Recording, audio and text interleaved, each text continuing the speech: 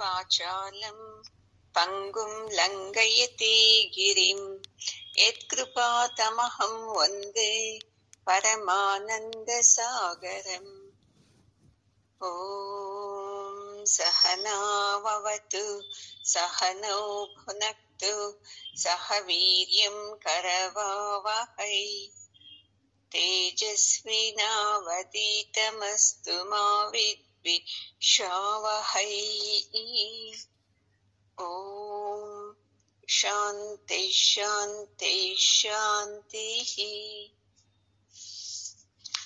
గురువు గారి పాదాలకు నమస్కారం చేద్దామండి. జగద్గురు కృష్ణుని పాదాలకు నమస్కారం చేద్దామండి. ఈరోజు 29వ శ్లోకం. ఆశ్చర్యవత్ పశ్యతి కశ్చిదేనం ఆశ్చర్యవద్వదతి తథైవ చాన్యః ఆశ్చర్యవచ్చైనమన్యః శృణోతి శ్రుత్వాప్యేనం వేద న చైవ కశ్చిత్. ఈ శ్లోకంలో పరమాత్ముడు అర్జునుని చెప్తున్నాడు, అర్జున, పరమాత్మని ఆత్మని తెలుసుకున్న వాళ్ళు లేరు. తెలుసుకున్న వాళ్ళని చూసి ఆత్మ తెలియని వాళ్ళు చూసి ఆశ్చర్యంగా చూస్తారంట. చూడండి ఎంత బాగుంది.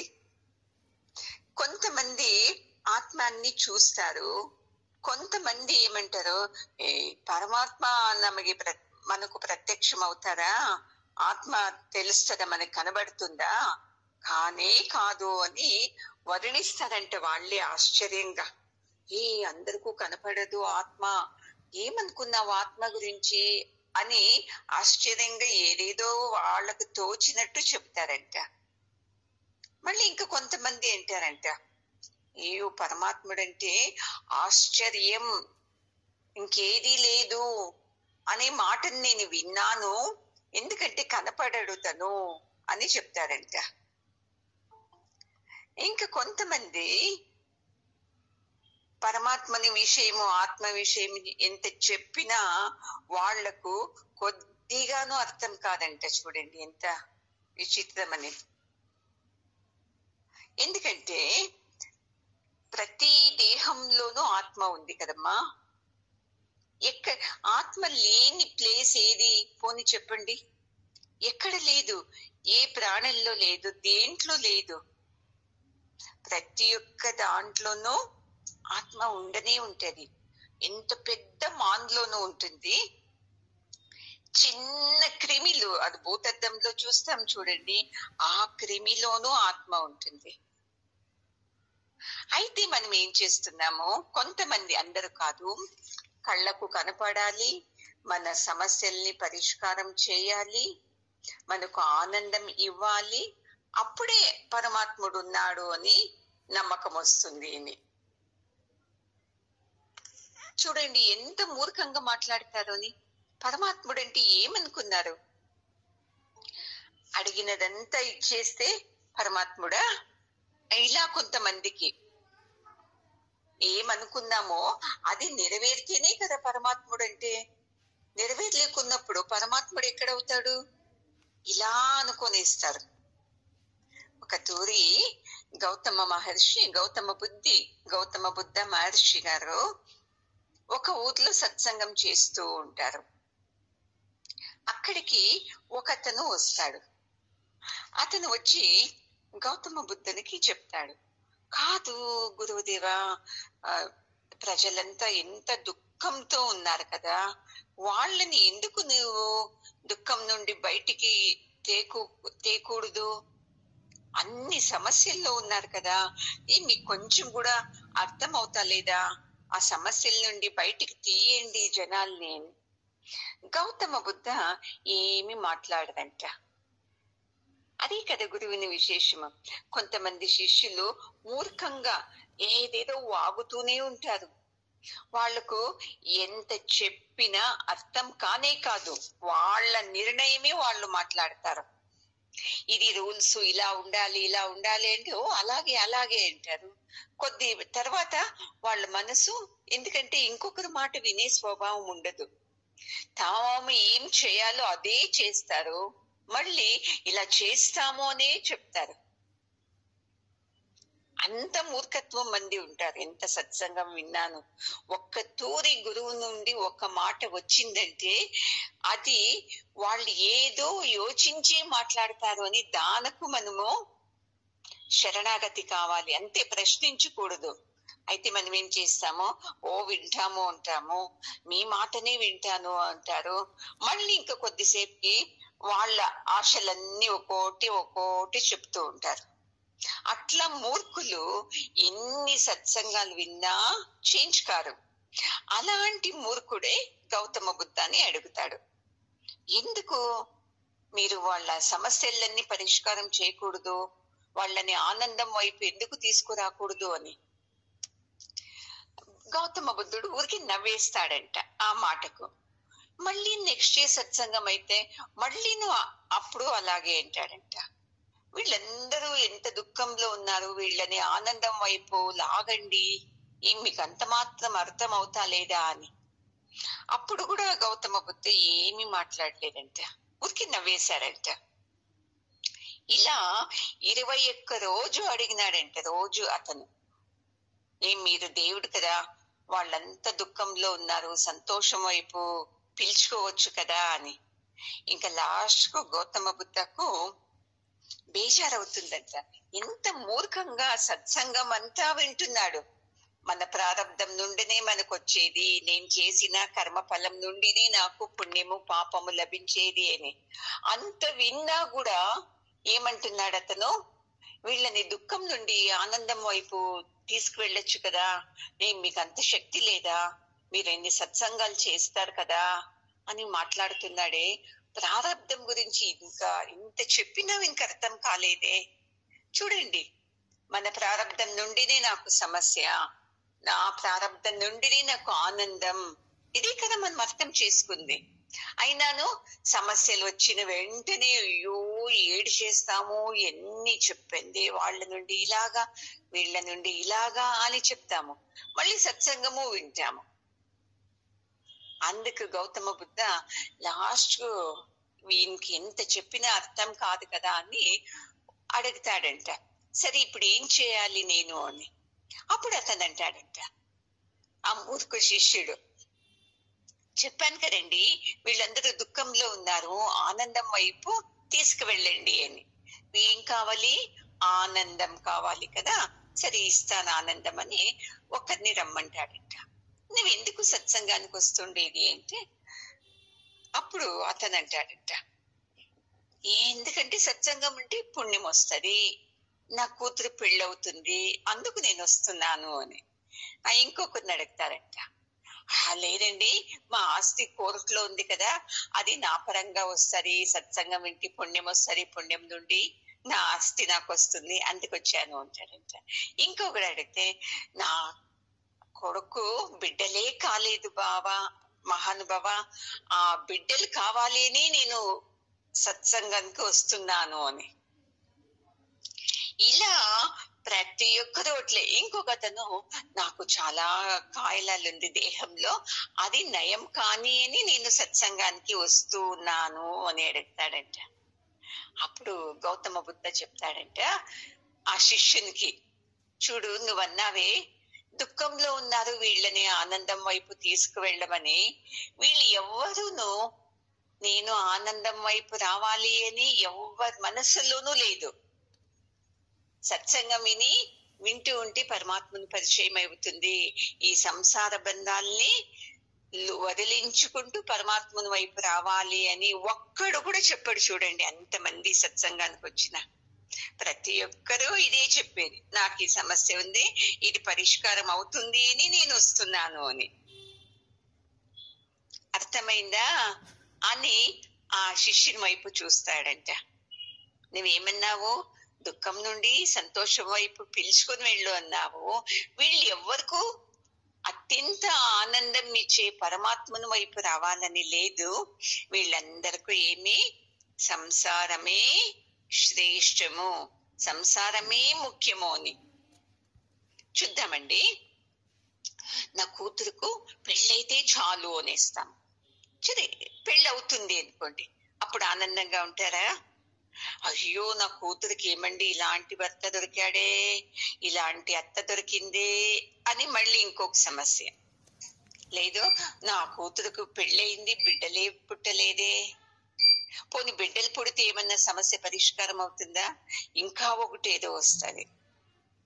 లేదు, నా కొడుకు ఉద్యోగం దొరికితే చాలు అంటారు. ఉద్యోగం దొరికినాక ఆనందంగా ఉన్నారా? అయ్యో, ఆ ఉద్యోగం సర్లేదే, జీతం తక్కువ, చాలా కష్టం పడాలి అక్కడ అని ఇలా మీరు దుఃఖంలోనే ఉంటారు తప్ప, వద్దు పరమాత్మ, ఇంత సమస్యలు ఈ జన్మల నుండి ఈ సంసారంలోనే ఉన్నాము, మా ప్రారంధాలు ఎట్లన్నా వండుకొని నన్ను మాత్రము నీ వైపు పిలుచుకో అని వేడుకుందామా? వేడుకోము చూడండి మరి. ఎందుకంటే ఎంత దుఃఖం ఉన్నానో, అయ్యో దీంట్లోనే సుఖం, మనము ఇక్కడే పడి చేస్తాము తప్ప పరమాత్మను వైపు ఎవరు వస్తారు అంటే, ఎవరో మహానుభావులు, గౌతమ బుద్ధు లాంటి వాళ్ళు ఎన్నో శతమానానికి ఒక్కడు ఇలా పరమాత్మను వైపు వస్తాడు. ఏమని? లేదు, నా ఉద్దేశము మనుష్య జీవితం ఏంది ఉద్దేశం? సంసారం చేయటం కాదు, పరమాత్మని తెలుసుకోవాలి, పరమాత్మని ఆనందించాలి, తత్వం తెలుసుకొని అని ఇలా వచ్చే వాళ్ళు మాత్రం మోక్షం వైపు, అత్యంత ఆనందం వైపు వస్తారు శిష్య. ఇంకా మిగతా వాళ్ళంతా సంసారంలో ఈ సమస్య అంటారు, అది పరిష్కారం అయితే ఇంకొక సమస్య పెడతారు. ఏం సమస్యలు తక్కువ ఉందా మనుషులకు అన్నప్పుడు ఆ శిష్యుడు తల దించుకుంటాడంట. చూడండి, మనలో శిస్తు లేనే లేదు. మనకు ఉందా శిస్తు? మనకు ఆహా, ఏదో సత్సంగానికి ఏమో అప్పుడు చెప్పేశాము అందుకొస్తున్నాను తప్ప సత్సంగం నా జీవితము అని ఎవరికన్నా ఉందా అండి? రాదు మనకు. సంసారం నా జీవితం అని వచ్చేస్తుంది. సంసారాన్ని వదిలేయమని ఎవ్వరూ మీకు చెప్పటం లేదు. సంసారమే ముఖ్యము. అయితే ఈ సత్సంగం చేస్తూ సంసారంలో ఇంకా ఆనందంగా ఉండొచ్చు అనే విషయం మర్చిపోతున్నాము. అందుకే ఈ సమస్యలన్నీ మనకు అని చెప్పినప్పుడు అతనుకు సిగ్గవుతుంది ఆ శిష్యునికు. ఎందుకంటే తను అలాగే వచ్చాడు సత్సంగానికి. తనేమి పరమాత్మని తెలుసుకోవాలి అని సత్సంగానికి రాలేదు, తను సమస్యలతోనే వచ్చాడు. ఇప్పుడు అతనికి అర్థమైంది, అయ్యో అవును కదా, పరమాత్మని తెలుసుకోవాలి అని ఎవ్వరూ రావటం లేదు. పరమాత్మ నుండి నాకు ఇది లాభం రాని, అది లాభం రాని అని వస్తున్నాము. అందుకే పరమాత్మని ఎవరు తెలుసుకుంటారో వాళ్ళకి ఆశ్చర్యం, అయ్యో ఇది పరమాత్మ తత్వము అని. వాళ్ళు ఆనందంగా ఉంటారు కదా, వాళ్ళని చూసి వేరే వాళ్ళు నవ్వుతారంట. అయ్యో ఏమి వీళ్ళు ఎప్పుడు చూసినా ఇలా సత్సంగము పరమాత్మని గురించి మాట్లాడతారు కదా, వీళ్ళకేమి ఆనంద సంసారం గురించి చింతనే లేదు కదా అంటారంట. ఇలా ఒక్కరిని చూసి ఒక్కరు నవ్వుకుంటారు, ఆశ్చర్యపోతారంట. ఎవరైతే ఆత్మని తెలుసుకున్న జ్ఞానిని చూసి ఆత్మ గురించి తెలియని వ్యక్తి ఆశ్చర్యంగా చూస్తాడంట. ఏంది ఇతను ఇలా ఉన్నాడే, మాలాగా బాగా ఎంజాయ్ చేయకోకుండా ఏదో జపమో తపమో అనుకొని తానే ఒక లోకంలో ఉంటాడు కదా అని అతను ఆశ్చర్యంగా చూస్తాడంట. అందుకే చెప్తారు ఈ జ్ఞాని గురువు శిష్యులు అందరూ ఆశ్చర్యమే అని చెప్పి. కొంతమందికి ఎంత చెప్పినా పరమాత్మని గురించి అర్థమే కాదు. ఎందుకంటే వాళ్ళ మనసులో ఏమి పరమాత్ముడంటే శంకు ఉండాలి, చక్రం ఉండాలి, ఇదే వాళ్ళ మనసులో. తాను ఏ రూపంలో అనుకుంటున్నాడో అదేనే పరమాత్ముడు అనుకునేస్తాడు. చూసుకోండి, ఎవరైతే పరమాత్మని గురించి తెలుసుకుంటారో వాళ్ళని మిగతా వాళ్ళు దేవుడు అని అనుకుని నమస్కారం చేస్తారు. రామకృష్ణ పరమహంసులు తెలుసు కదా, ఎంతమంది శిష్యులు వాళ్ళకు. వివేకానంద గురూజీకి ఎంతమంది శిష్యులు, రమణ మహర్షులకి ఎంతమంది శిష్యులు. ఎందుకంటే వాళ్ళు పరమాత్మని దర్శించారు. అందుకని మిగతా వాళ్ళు వాళ్ళని దేవుడిలాగా చూస్తూ ఉంటారు. అందుకే ఎవరైతే పరమాత్మని తెలుసుకుంటారో వాళ్ళు ఆశ్చర్యంగా చూస్తారు. అబ్బా, పరమాత్మ తత్వం ఇలా ఉందా, నేను ఏదో అనుకునేసాను కదా అని. ఇలా ఇప్పుడు మీరే చూసుకోండి, మీరు సత్సంగానికి వస్తున్నారు, అర్థమైంది, సంసారంలో అడ్జస్ట్ చేసుకొని పోతున్నారు. మిమ్మల్ని చూసి వేరే వాళ్ళు ఏమి నవ్వుకుంటారు, వీళ్ళేందప్ప సత్సంగం అని ఇలా వెళతారు, ఏముంది అందులో అని ఆశ్చర్యంగా చూస్తారా లేదా మిమ్మల్ని? ఇదే ఉండేది చూడండి. ఇదంతా మాయా పని ఇవన్నీను. ఇలాగా పరమాత్మని తత్వం చూసిన వాళ్ళందరికీ ఆశ్చర్యమే అవుతుంది. ఇది చూసుకోండి, భీష్మాచార్య, ద్రోణాచార్య, కర్ణుడు, వీళ్ళందరూ అగ్నిహోత్రంని ఉపాసన చేస్తూ ఉంటారు. తన ఎదుటే పరమాత్ముడు కృష్ణుడు ఉన్నాడు కదా, వాళ్ళకు అర్థమైతలేదు. కృష్ణుని మాట వాళ్ళకు అర్థమైతలేదు, పరమాత్ముడే ఉన్నాడు అని. వాళ్ళకేమి పరమాత్ముడు అంటే వేరే ఏదో అని సంధ్యావందనం చేసేది, ఏదేదో చేసేది. అలాగే మనము అంతే, మన పక్కలోనే ఉంటారు జ్ఞాని. మనలాగే సామాన్యంగానే మాట్లాడతారు, తింటారు, అన్నీ ఉంటారు. అయితే వాళ్ళు ఆత్మని కనుగొంటారు, నేనే ఆత్మస్వరూపిని. అలాంటి వాళ్ళని మనము గమనించము. అలాంటి వాళ్ళకి మనం గౌరవం కూడా ఇవ్వము. మనలాగే వాళ్ళు ఉన్నారు, తింటారు అని. మనకి ఎలాగా అంటే, ఒక జ్ఞాని ఎలాగుండాలి అంటే, మనకు అతను విచిత్రమైన వేషధారణ, కషాయ వస్త్రాలు వేసుకోవాలి, కమండం పెట్టుకోవాలి, దండం పెట్టుకోవాలి, విభూతి పెట్టుకోవాలి, అతనే జ్ఞాని అని మనకు. కాదండి, ఇవంతా చూపించుకునేది పైకి. జ్ఞాని సామాన్యంగానే ఉంటాడు, అందరిలాగే ఉంటాడు. అయితే తానే ఆత్మస్వరూపి అని తెలుసుకొని ఉంటాడు. అలాంటి వాళ్లకు మన గౌరవం ఇవ్వము. చూసుకోండి, కంసుని మంత్రి అక్రూరుడు ఉంటాడు కదా, అతనికి కృష్ణ అంటే చాలా ఇష్టము. ఒక తూరి కంసుడు కృష్ణ బలరాముల్ని తన అరమనేకి, తన రాజధానికి పిలుచుకొని రమ్మని అక్రూరుని పంపిస్తాడంట. ఎందుకని? చాణూర అని ఉంటాడు కదా ఒక రాక్షసుడు, అతని జతలో యుద్ధం చేపించేసి కృష్ణుణ్ణి చంపేయచ్చు అని అతని ఐడియా. అయితే అక్రూరుడు ఒక కండిషన్ పెడతాడంట, నేనేమో వెళ్ళి కృష్ణుని పిలుచుకొని వస్తాను కంస, అయితే నా జతలో ఈ సైన్యాన్ని పంపించాలి. మళ్ళీ కృష్ణుడు లోపలికి వచ్చేదాకా, తర్వాత గడప దాటేదాకా కృష్ణునికి ఏమి చేయకూడదు అని బృందావనానికి వస్తాడంట. కృష్ణుని బలరాముని పిలుచుకొని పోతాడంట. వెళ్ళేటప్పుడు సాయంకాలం అవుతుంది, ఇంకా సంధ్యావందన చేయాలి కదా, అది అప్పుడు సంప్రదాయం ఉన్నింది. అందుకని అక్కడ నీళ్లు ఉంటది ఒక జాగాలో, అక్కడ రథాన్ని నిలిపి చేతులు కాళ్ళు కడుక్కొని సంధ్యావన చేద్దామని దిగుతాడంట అక్రూరుడు. చేతులు కాళ్ళు కడుక్కొని స్నానం చేసుకోవాలి కదా, అలా ఒక తూరి నీళ్ళలోకి మునుగుతాడంట. లోపల మునిగితే కృష్ణుడు ఉన్నాడంట నీటి లోపల. ఇదేందబ్బా ఇలా ఉన్నాడు కృష్ణుడు, ఇప్పుడు రథంలో కూర్చున్నాడు కదా అని తిరగా లేచి చూస్తాడంట. పైననే ఉండాడంట కృష్ణుడు. ఆశ్చర్యం అవుతుందంట. పైన ఉన్నాడు, లోపల ఉన్నాడు, ఎలాగ సాధ్యమో అని. మళ్ళీ ఇంకో తొరి మునుగుతాడంట నీటిలోకి. అప్పుడు చూస్తే నీటిలోని రథము, బలరాముడు, కృష్ణుడు కనపడతాడంట.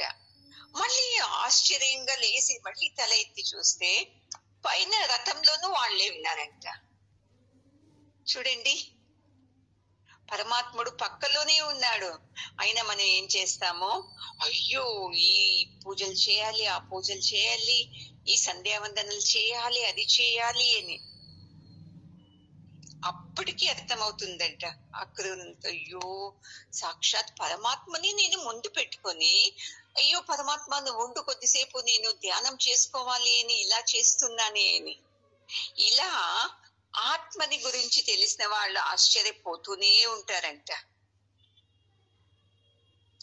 యశోదాదేవికి కృష్ణుడు చిన్న బాబు ఉన్నప్పుడే బ్రహ్మాండాన్ని చూపిస్తాడంట నోట్లోనే. అప్పుడు చూస్తుంది, ఆశ్చర్యం అవుతుందంట, అయ్యో ఇంత శక్తినా అని. మళ్ళీ తర్వాత అది మామూలు, అయ్యో నువ్వు భోంచేస్తుందా, నువ్వు ఎక్కడ వెళ్ళద్దు, పడిపోతావు అని. సాక్షాత్ పరమాత్మునికి మనము ఏం చేస్తామో మనలాగే మనుషులు అనుకొని ఇలా చూస్తాం కదా. ఇది తప్పు కదా, ఇది తెలుసుకోవాలి. మనము ఏమనుకుంటామంటే పరమాత్ముడు అంటే ఇలాగే ఉండాలి అని. కాదండి, అందరిలోనూ ఆత్మతత్వం ఉంది. అందరిలోనూ ఆ పరమాత్మ తత్వాన్ని చూసి గౌరవించాలి మనము. అయితే ఇది సామాన్యుల జనానికి అర్థమే కాదు ఆత్మ అంటే ఏంటి అని. ఎవరికైతే ఈ సత్సంగం వింటూ వింటూ వింటూ వింటూ అజ్ఞానం తొలగిపోతుంది, అహంకారం వెళ్ళిపోయినప్పుడు అప్పుడు పరమాత్మని దర్శనం అవుతుంది. మన అక్కపక్కలో ఉండే వాళ్ళలోనే దర్శనం అవుతుంది. అందుకే భగవంతుడు ఆశ్చర్యమే, భగవంతుని చూసే వాళ్ళు కూడా ఆశ్చర్యవంతులే అని చెప్తున్నారు. పరమాత్మని వర్ణించిన అర్జునుడు 11వ అధ్యాయంలో వర్ణిస్తాడు పరమాత్మని. అతడును ఆశ్చర్యనే అని చెప్తారు. భగవద్గీతను సంజయుడు అందరూ ఆశ్చర్యంతోనే చూస్తూ చెప్తున్నారు. అందుకే పరమాత్ముడు అంటే ఆశ్చర్యంగా అందరూ చూస్తారు. మనం ఏం చేయాలి, ఏది ఆశ్చర్యం అని దాన్ని తెలుసుకోవాలి. అందుకే ఇది సూక్ష్మత ఉండే వాళ్ళకి అర్థమే కాదు ఈ సత్సంగము. పరమాత్ముడు ఎవరికైతే ఆ పరమాత్మని కృప ఉంది చూడండి, వాళ్ళు మాత్రం పరమాత్మని చూస్తారు. మిగతా వాళ్ళు ఈ నియమాల్లోనే ఉండిపోతారు. ఇలా పూజ చెయ్యి, అలా దీపం వెలిగించు, అలా పళ్ళు పెట్టు, ఇది చెయ్యి, అది చెయ్యి అని. అది చేయకూడదా అని మీరు అడగచ్చండి. అన్నీ చేయండి. అయితే ఇవన్నీ చేస్తే ఆత్మ కనపడదు. నేను పరమాత్మని నా వాణ్ణిగా చేసుకునేకి ఈ నియమాలు పనికిరావు. ఎవరున్నారండి ఈ భూలోకంలో పూలు పళ్ళు అర్చనలు చేసి పరమాత్ముని దర్శనం చేసుకున్న వాళ్ళు? పరమాత్ముడు ఎవరికి కనపడతాడు? ఎవరి హృదయం శుద్ధంగా ఉంటాది, ఎవరి హృదయంలో కల్మషాలు లేకుండా, రాగద్వేషాలు కామ క్రోధాలు లేకుండా ఉంటుందో వాళ్ళలోనే కనపడుతుంది. సత్సంగంది ఇదే ఫలం చూడండి. నా బిడ్డ పెళ్లి కానీ, నాకు స్వంత మిల్లు రాని, ఇవి అవుతుందో లేదో తెలియదు, కానీ ఇవన్నీ వింటూ వింటూ మనలోని దైవీ గుణాలు కొద్దిగా ఉంది. మనలో అంతా ఉండేది ఎక్కువ ఆసురీ గుణాలే ఉంది. ఈ ఆసురీ గుణాలు దైవీ గుణాలుగా మార్పాటు అవుతుంది. ఇది ఫలం చూడండి. సత్సంగం వింటూ వింటూ వింటూ ఇది ఫలం మనకు వచ్చేది. అందుకే ఈ ఆశ్చర్యవంతుడైన ఆ పరమాత్మని మనము తెలుసుకోనికి ఉండేది ఈ జీవితము. మనము ఏమనుకున్నాము, నేను నా సంసారం చేయాలి, బిడ్డలకు పెళ్లి చేయాలి, దానికోసం ఈ జీవితం ఉండేది, ఇదే మన ఉద్దేశం అని మనం అనుకున్నాము. అయితే అది తప్పు. దాన్ని మనము ఇలాగా అర్థం చేసుకోవాలి అని చెప్తున్నారు. పరమాత్ముడు అర్థం అవుతాడు మనకు చెప్తే? కానే కాదు. వ్యాస మహర్షులు మనందరిలాంటి వాళ్ళ కోసమని మన దగ్గరకు వచ్చి మనకు అర్థమయ్యేలా ఒక్కో శ్లోకంలో పరమాత్ముడంటే ఇది, పరమాత్ముడంటే ఇది అని చెప్తూ ఉండేది. మనకు ఆ బ్రహ్మానందం, పరమాత్ముని నుండి లభించే బ్రహ్మానందం మనకు అక్కర్లేదు. మనకి ఏముందనో విషయానందాలే అక్కర. వాళ్ళలాగా వీళ్ళలాగా, నా కూతురు నా బిడ్డ, ఇదే ఆనందం తప్ప ఆ పరమాత్మని గురించి తెలుసుకొని ఆ బ్రహ్మానందం పొందుతాము అని మనకు ఎవ్వరికీ లేదు. అందుకే పరమాత్ముడే చెప్తాడు, సర్వధర్మాన్ పరిత్యజ్య అని. అన్ని ధర్మాల్ని వదిలేయి. అది కాదు ధర్మము. ఏది ధర్మం అంటే పరమాత్మని ఎవరు తెలుసుకుంటారో అది ఒక్కటే ధర్మము అని. ప్రతి ఒక్కరిలో ఈ పరమాత్మ తత్వం ఉంది. ఆ పరమాత్మ తత్వంలో మనం నిలబడి ఆనందించాలి. అది మనకు మోక్షం వైపు మనల్ని తీసుకువెళతాది. అంతే తప్ప మనము ఏదేదో మనసులో పెట్టుకొని ఇలా చేయాలి అలా చేయాలి, ఇది ఎప్పటికీను పరమాత్మని వైపు మనల్ని పిలుచుకొని వెళ్ళదు. నేను ఒక తూరి సిటీకి వెళ్ళాను నా జతలో మా బంధువుల అమ్మాయిని పిలుచుకొని. ఆ రోజు ఏకాదశి కాదు, ఏదో ఏకాదశినే ఉంది. ఆ ఏకాదశి రోజు భోజనం చేయకూడదు, టిఫిన్ చేయకూడదు అని నేనేమో బాగా తిని వెళ్ళాను. ఆ పాప 1 గంట అయ్యే లోపల కళ్ళు తేలుతుంది నాకు ఉంటది, కనపడతా లేదు ఉంటది. నీళ్ళేమో కొద్దిగా తాగుతుంది, ఆకలి అవుతా ఉంది. అయితే తినేకు ఈరోజు ఏకాదశి కదా, ఉపవాసం చేయాలి కదా, లేకోకుంటే కష్టం కదా అని ఎవరు తింటున్నారు చూడండి వాళ్ళని వికృతంగా చూస్తుంది కళ్ళతో. ఎందుకంటే వాళ్ళు ఆనందంగా తింటున్నారు కదా. నేను తినకూడదు, ఎందుకంటే ఏకాదశి పెద్ద వాళ్ళు చెప్పారు తినకూడదు అని. తినే వాళ్ళని విచిత్రంగా చూస్తుంది ఆమె. ఇలా ఏకాదశిలో ఉండి మనం పరమాత్మని మన వైపు తిప్పుకోనేకి సాధ్యమవుతుందా?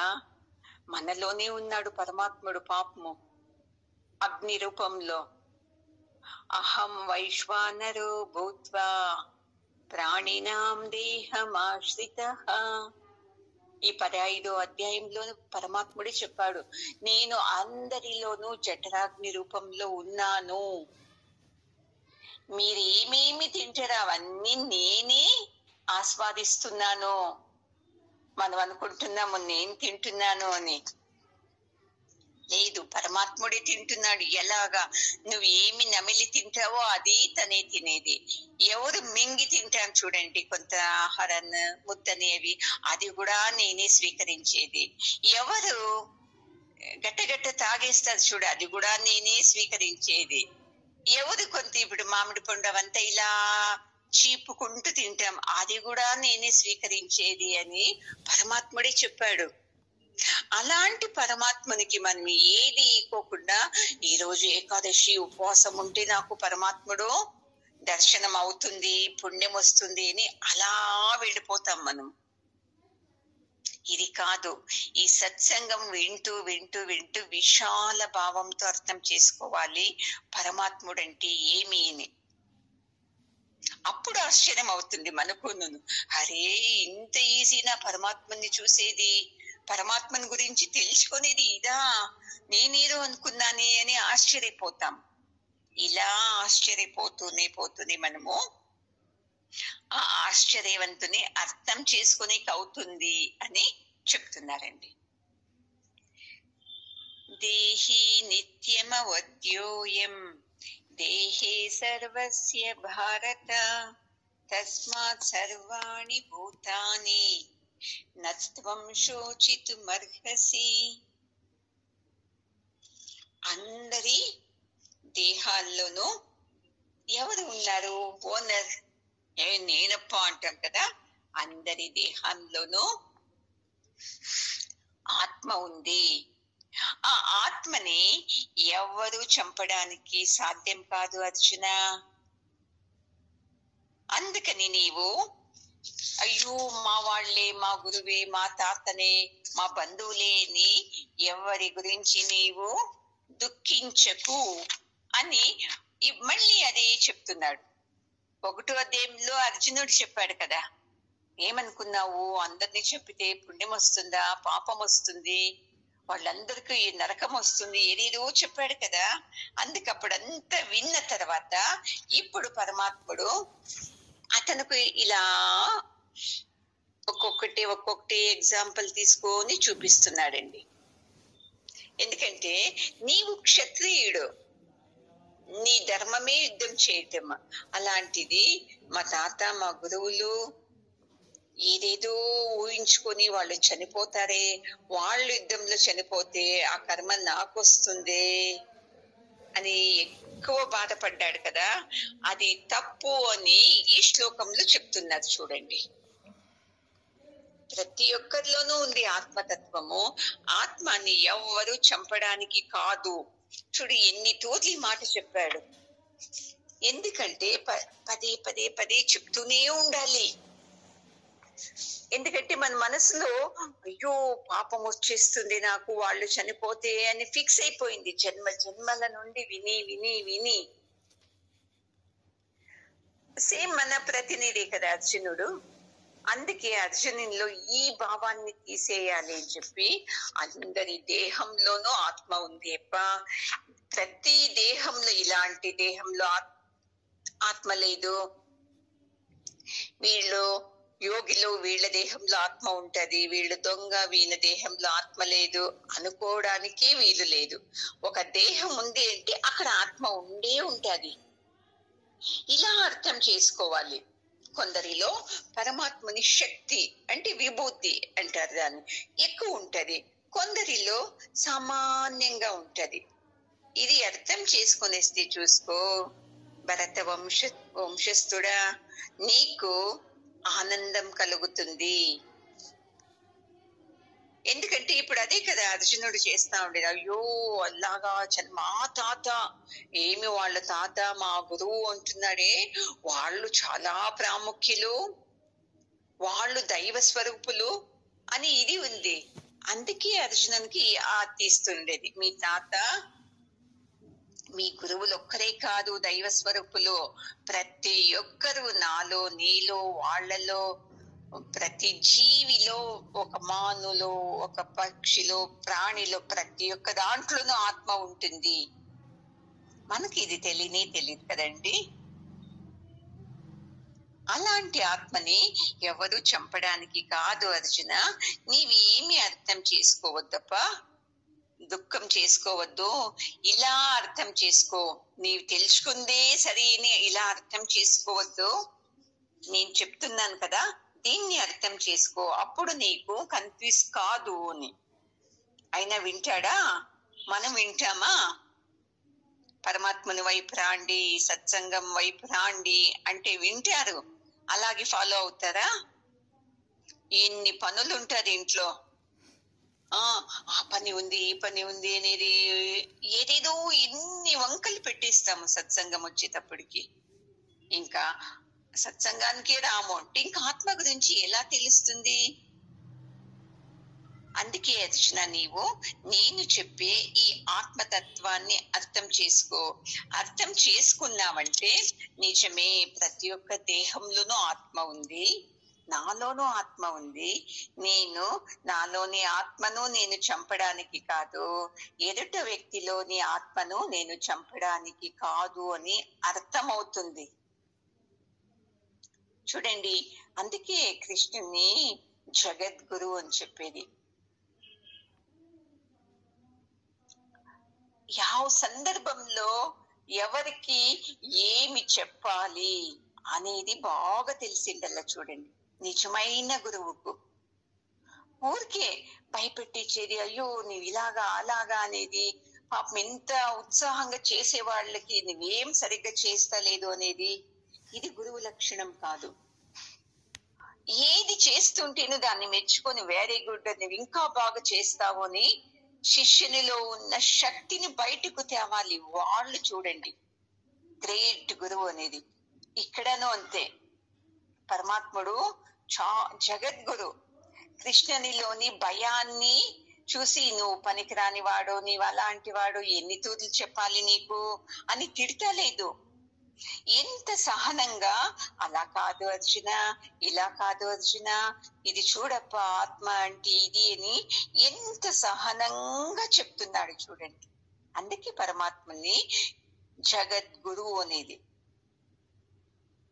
ఇలా మనము సత్సంగం వింటూ వింటూ వింటూ వింటూ పాపం అంటే ఏంటి, పుణ్యం అంటే ఏమి అని తెలుసుకోవాలి. పూజ చేస్తే పుణ్యము, పూజ చేయకుంటే పాపము, ఇది వెళ్ళిపోవాలి మన మనసు లోపల. ఇలాగా మనమంతా చేస్తూ ఉంటే ఇవంతా మనకేం తెలుసా, ఈ పుణ్య పాపం నరకం ఇవంతా మనకు చాలా భయం వచ్చేసింది విని విని విని విని. ఆ పుణ్యము పాపము నరకము స్వర్గము ఇవన్నీ మనం ఏం చేయాలి అంటే ఈ సత్సంగం జ్ఞానం నుండి అవన్నీ తుడిచేయాలి. ఏది పుణ్యము, ఏది నరకము, ఏది పాపము అని లేదు అని, నీకు అర్థమే కాదు, నువ్వు నోరు మూసుకో, నీకు కానే కాదు ఇలా వాళ్ళని తిట్టకూడదు. శిష్యుల్ని నిదానంగా వాళ్ళలో ఉన్న అజ్ఞానాన్ని తీస్తూ తీస్తూ ఉన్నప్పుడు వాళ్ళకి తెలుస్తుంది, అవును కదా నా దేహంలోనూ ఆత్మ ఉంది, దాన్ని నేను తెలుసుకోవాలి అని వాళ్ళకు కూడాను అర్థమవుతుంది. లేదు అంటే ఎన్ని జన్మలు ఎత్తామో మనము ఇప్పటికే మనకే జ్ఞాపకం లేదు. ఉందా అండి? కానే కాదు. ఈ జన్మలోనే మనం ఏం చేయాలి, ఇది వింటూ వింటూ వింటూ వింటూ వింటూ మన అజ్ఞానాన్ని మనమే నాశనం చేసుకోవాలి. వేరే వాళ్ళ నాశనం చేసేకవుతుందా? నా అజ్ఞానాన్ని నేను తొలగించుకోవాలి, నీ అజ్ఞానాన్ని నీవు తొలగించుకోవాలి. ఈ గురువు జ్ఞానం నుండి బాగా తెలుసుకోండి. అంతే తప్ప అయ్యో నీ నుండి నేను ఉద్ధారం అయితే కాదు, నా నుండి నేను ఉద్ధారం కావాలి. ఎప్పటికీ అంతే. అంత విన్నాడు, మళ్ళీను ఇలాగే డల్ అయిపోతాడు. విన్నప్పుడు ఆహా కరెక్ట్ కరెక్ట్ అనిపిస్తుంది కదండి మనకు సత్సంగంలో, అవును అవును అవును అని. మళ్ళీ ఏదో చిన్న సంఘటన జరిగేసింది అంటే ఇంట్లో, మళ్ళీ మనము డల్ అయిపోతాము. అయ్యో నా సంసారం ఇలాగే, నా జీవితం ఇలాగే అని మళ్ళీ కొట్టుమిట్టాడేస్తాం మనము. అలా కాకూడదు. ఈ జ్ఞానంతో మొదట మనకు నిర్భయత్వం రావాలి. నిర్భయత్వం వచ్చిందా అనుకోండి, అప్పుడు మనకు ఈ సత్సంగం బాగా లోపలికి వెళుతుంది. ప్రతి ఒక్కటి నేను అనుకున్నట్టు కాదు, నాతో కాదు, అంత పరమాత్మని ఆత్మ చైతన్యం తత్వం నుండి అవుతుంది. నేను మాట్లాడటము, వినడము, పరిగెత్తడము, తినడము ఇవన్నీను వాణి చైతన్య శక్తి నుండి నాలో అయ్యేది. నేనేం చేయాలి, ఆ చైతన్య శక్తిని నేను తెలుసుకోవాలి అని మనకు వచ్చింది అనుకోండి. అర్జునునికి ఎలాగా 18వ అధ్యాయంలో జ్ఞానోదయం అవుతుందో మనకు కూడా అవుతుంది. కృష్ణుడు ఏం చెప్పలేదు, నువ్వు ఖచ్చితంగా యుద్ధమే చెయ్యి అని. ఇవన్నీ చెప్పిన తర్వాత యథేచ్ఛసి తథా కురు అర్జున, నీకు ఎలా అనిపిస్తుందో అలా చేయప్ప, నేను అన్నీ చెప్పాను అని ఒకే మాటలో చెప్పేస్తాడు. అలాగా మనకు అంతే, సత్సంగం వింటూ వింటూ మన అజ్ఞానాన్ని తొలగించుకొని మనం కూడా జ్ఞానం వైపు వెళ్ళాలి. ఎప్పుడైతే జ్ఞానం వైపు వస్తామో మనలోనూ ఆత్మస్వరూపం కనబడుతుంది, ఎదుటి వ్యక్తిలోనూ ఆత్మస్వరూపం కనబడుతుంది. మళ్ళీ ఆత్మకు చావు లేదు, అది ఎప్పుడూ ఉంటాది అనే తత్వం మనకు అర్థమవుతుందండి. ఓం పూర్ణమదః పూర్ణమిదం పూర్ణాత్ పూర్ణముదచ్యతే పూర్ణస్య పూర్ణమాదాయ పూర్ణమేవావశిష్యతే. ఓం శాంతి శాంతి శాంతి.